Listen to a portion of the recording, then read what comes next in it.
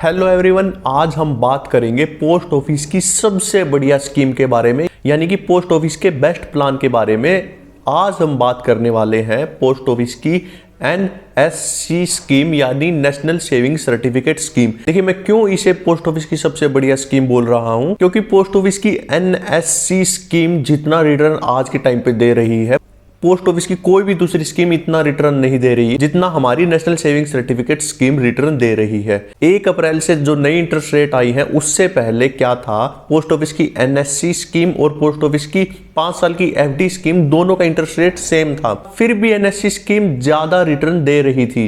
वो हम आगे डिस्कस करेंगे कि वो पोस्ट ऑफिस की एनएससी स्कीम ज्यादा रिटर्न क्यों दे रही थी सेम इंटरेस्ट रेट पे भी। लेकिन पिछली बार एक छोटी सी कमी रह गई थी, वो ये थी कि पोस्ट ऑफिस की जो एमआईएस प्लस आरडी प्लान है, यानी कि एमआईएस स्कीम में हम इन्वेस्ट करते हैं, उसका जो ब्याज आता है उसको हम आरडी में इन्वेस्ट कर देते हैं, तो वो वाला जो प्लान था वो ज्यादा ब्याज दे रहा था पिछली बार एनएससी स्कीम से। लेकिन अब की बार ये शिकायत भी दूर हो गई है, क्योंकि अब की बार एमआईएस प्लस आरडी वाला जो स्कीम है वो भी बीट नहीं कर पाएगी पोस्ट ऑफिस की एनएससी यानी नेशनल सेविंग सर्टिफिकेट स्कीम को। और उसका सबसे बड़ा कारण ये है, जो 1 अप्रैल से नई इंटरेस्ट रेट आई है। वैसे तो सारी स्कीमों की इंटरेस्ट रेट लगभग बढ़ी है पीपीएफ को छोड़ के, लेकिन एनएससी स्कीम यानी नेशनल सेविंग सर्टिफिकेट स्कीम की इंटरेस्ट रेट सबसे ज्यादा बढ़ी है।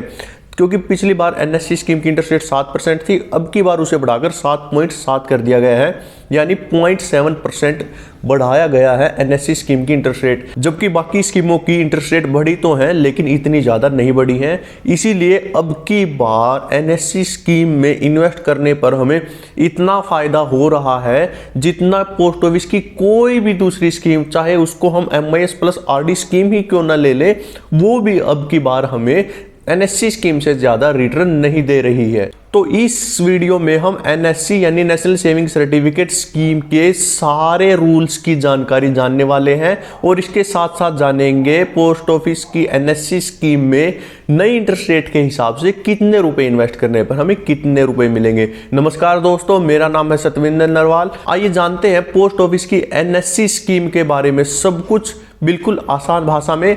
ये वीडियो देखने के बाद आपको एनएससी स्कीम के बारे में कुछ भी और देखने, सुनने, समझने की जरूरत नहीं पड़ेगी। पोस्ट ऑफिस की एनएससी स्कीम यानी नेशनल सेविंग सर्टिफिकेट स्कीम सबसे बढ़िया स्कीम तो है ही, ये सबसे सिक्योर स्कीम भी है, क्योंकि इसमें जमा किया गया पैसे पे हमें भारत सरकार की गारंटी मिलती है। इसका मतलब ये है, पोस्ट ऑफिस की एनएससी स्कीम में जमा किया गया पैसा ब्याज के साथ हमें गारंटीड मिलने वाला है। तो आइए जानते हैं क्या क्या जानेंगे इस वीडियो में। सबसे पहले हम जानेंगे पोस्ट ऑफिस की एनएससी स्कीम में कौन कौन खाता खुलवा सकता है। फिर हम जानेंगे इस स्कीम में कम से कम कितने और ज़्यादा से ज़्यादा कितने रुपए जमा किए जा सकते हैं। उसके बाद हम जानेंगे अगर ये खाता हमें बीच में बंद करवाना हो, क्या ये खाता बंद हो जाएगा, क्या रूल होंगे। उसके बाद हम जानेंगे कि इसकी लेटेस्ट इंटरेस्ट रेट क्या है, और उस लेटेस्ट इंटरेस्ट रेट के हिसाब से इस पोस्ट ऑफिस की एनएससी स्कीम में कितने रुपए जमा करने पर हमें कितने रुपए मिलेंगे।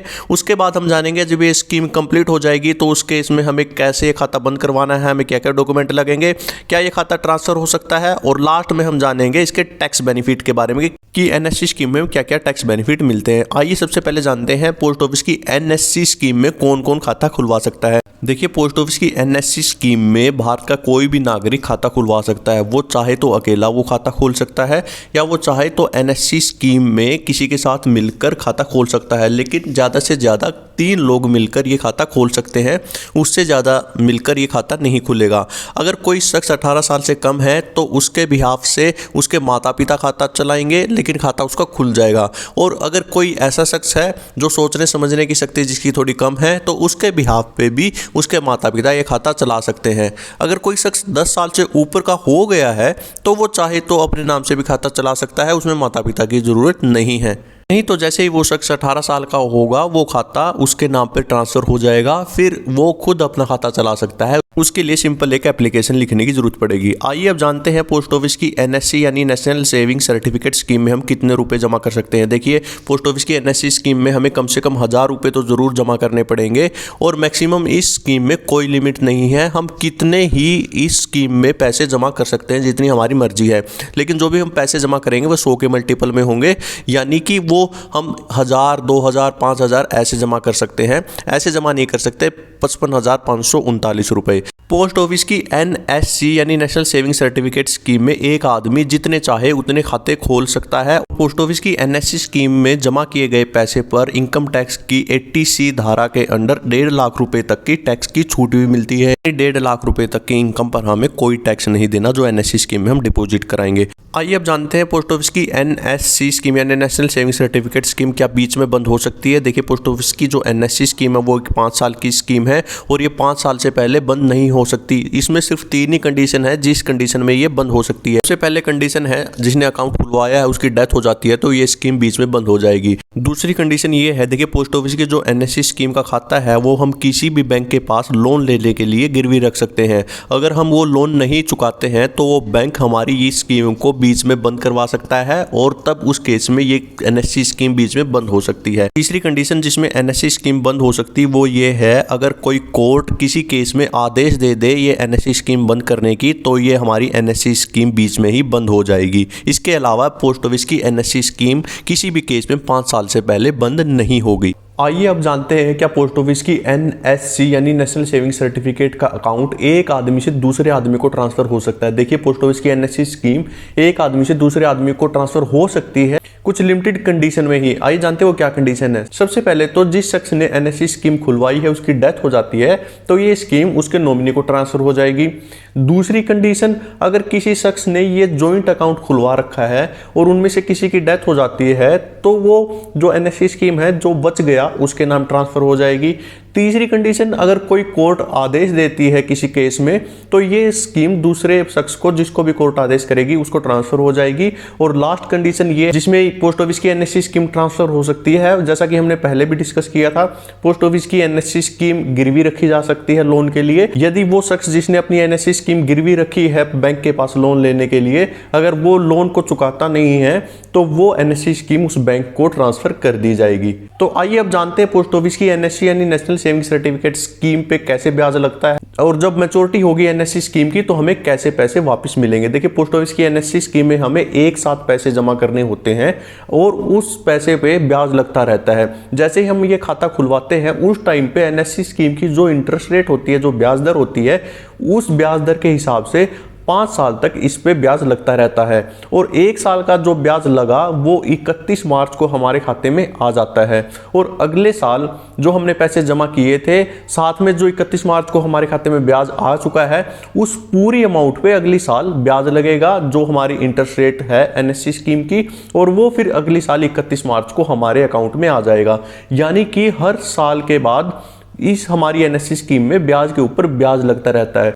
और यही कारण है कि पोस्ट ऑफिस की FD स्कीम और पोस्ट ऑफिस की NSC स्कीम की अगर इंटरेस्ट रेट बराबर हो जाती हैं फिर भी पोस्ट ऑफिस की NSC स्कीम हमें ज्यादा ब्याज देती है पोस्ट ऑफिस की 5 साल की FD की बजाय, क्योंकि पोस्ट ऑफिस की 5 साल की FD में जो ब्याज होता है उस पे हमें ब्याज के ऊपर ब्याज नहीं मिलता, जबकि हमें NSC स्कीम में ब्याज के ऊपर ब्याज मिलता है। पोस्ट ऑफिस की 5 साल की FD, पोस्ट ऑफिस की MIS यानी monthly income scheme, post office की सीनियर सिटीजन स्कीम, ये कुछ ऐसी स्कीम है जो हमें ब्याज तो देती है लेकिन उस पर ब्याज के ऊपर हमें ब्याज नहीं मिलता।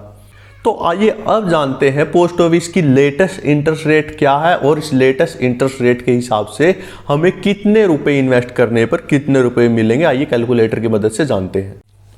अब बात करते हैं पोस्ट ऑफिस की NSC स्कीम में क्या टैक्स बेनिफिट हमें मिलते हैं। देखिए, पोस्ट ऑफिस की NSC स्कीम में जैसे हमने पहले भी डिस्कस किया, जितने रुपए भी हम इन्वेस्ट करेंगे इनकम टैक्स की 80C धारा के अंडर हमें 1.5 लाख रुपए तक की छूट मिलेगी। तो आइए जानते हैं क्या पोस्ट ऑफिस की NSC स्कीम से मिलने वाला जो इंटरेस्ट है, जो ब्याज हमें मिलेगा, क्या वो टैक्स फ्री है। देखिए, जो पोस्ट ऑफिस की NSC यानी नेशनल सेविंग सर्टिफिकेट से जो हमें ब्याज मिलेगा वो टैक्स फ्री नहीं है, लेकिन उस पर टैक्स कैसे लगेगा। आपको जो NSC स्कीम से इंटरेस्ट मिलेगा आपको अपनी इनकम में जोड़ना है। अगर वो जोड़ने के बाद अगर आप इनकम टैक्स की किसी भी स्लैब में आते हैं जहां आपको टैक्स देना बनता है तो आपके ऊपर टैक्स लगेगा। अगर आप इनकम टैक्स की स्लैब से नीचे आते हैं जहां आपको टैक्स नहीं लगता तो आपको टैक्स नहीं देना। PPF और सुकन्या समृद्धि योजना की तरह इसमें जो आपको ब्याज मिलेगा वो पूरा टैक्स फ्री नहीं है, उस पर आपका टैक्स लगेगा आपकी टैक्स स्लैब के हिसाब से। आपकी जगह 10 लाख रुपए एंटर करते हैं तो यहाँ पे जैसे हम 10 लाख रुपए एंटर करते हैं और ओके पे क्लिक करते हैं, तो जैसा कि आप देख रहे हो यहाँ पे अगर 10 लाख रुपए इन्वेस्ट किए तो 7.7% की इंटरेस्ट रेट के हिसाब से हमारे टोटल इंटरेस्ट जो मिलेगा 5 साल में वो मिलेगा 4,49,034